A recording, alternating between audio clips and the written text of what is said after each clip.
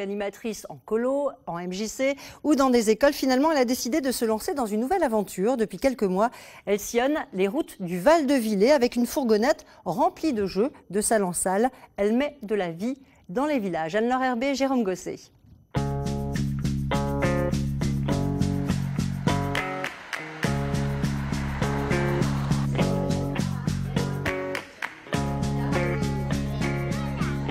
Au cœur du Val-de-Villers, voici la Vallée Café, une fourgonnette remplie de bonnes et belles choses. À l'intérieur, des tas de jeux et de friandises à déguster ensemble. C'est le principe de ce café ludique itinérant. Route 67 aujourd'hui vous emmène à la rencontre de Sylviane, une gameuse heureuse. Depuis 4 mois maintenant, c'est le même rituel. Faire de sa fourgonnette la caverne d'Ali Baba. 150 boîtes de jeux de société, 200 jeux en tout pour tous les âges, tous les goûts. Depuis 4 mois maintenant, Sylviane sillonne les routes du Val-de-Villers pour prêcher ce en quoi elle croit, les vertus du jeu. Au départ, elle voulait monter un café ludique en dur, mais les banques n'ont pas suivi, trop conceptuel pour cette vallée reculée. Du coup, la première idée, c'est venu d'un délire avec des copains qui m'ont envoyé par Facebook des petites chariotes où on voyait des livres dessus, des choses comme ça, et qui me disaient si tu n'y arrives pas, ça sera toujours mieux que rien. Et en fait, quand j'en ai parlé à un réseau qui s'appelle Sarah, qui s'occupe des associations en Alsace, en rigolant, ils m'ont dit « mais non, il faut vraiment le prendre au sérieux, c'est une très bonne idée ». Et grâce au financement participatif, Sylviane a pu récolter 6 000 € et monter son projet de café ludique itinérant sous forme associative.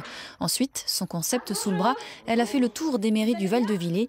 Une dizaine s'est laissé convaincre, dont le maire d'Albé. C'est déjà la 5e fois que Sylviane dépose ses boîtes dans cette salle. Généralement, c'est pour qu'ils soient visibles. Et puis, quand j'ai le temps, j'essaye de les classer par tranche d'âge, en fait, et par aussi niveau de jeu.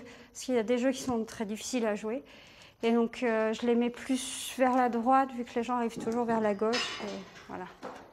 C'est ici que Sylviane a monté son premier café ludique en juin dernier. Et monsieur le maire n'hésite pas à donner un coup de main.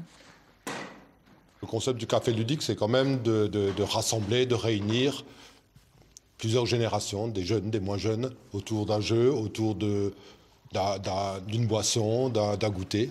Et c'est ce concept-là qui nous a bien plu. J'en ai causé au conseil municipal et tout le monde était OK pour faire un essai. Pour l'instant, les mairies participantes prêtent une salle communale à Sylviane, le temps que le café ludique se fonde dans le paysage. Il s'agit donc pour elle de convaincre. Vous voulez voir pour des jeux ? Oui ? Je vous installe à une table ? Oh, les dominos. J'ai pas les dominos, mais je peux vous proposer d'autres trucs très très sympas.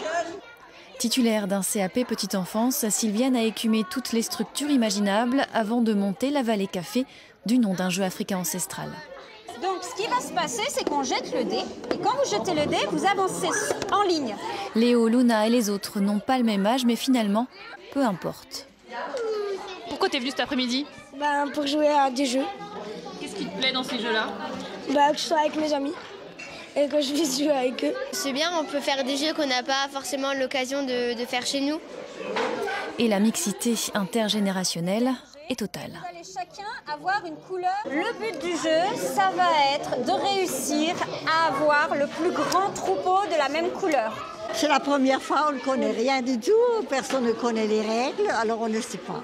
Vous avez quand même envie de jouer, ce sont des jeux que vous ne connaissez pas, des nouveaux jeux finalement, c'est ça qui est bien aussi ? Oui, voilà, les nouveaux jeux, hein, pour les anciens, c'est pas évident. Hein. On s'amuse un petit peu, comme les enfants.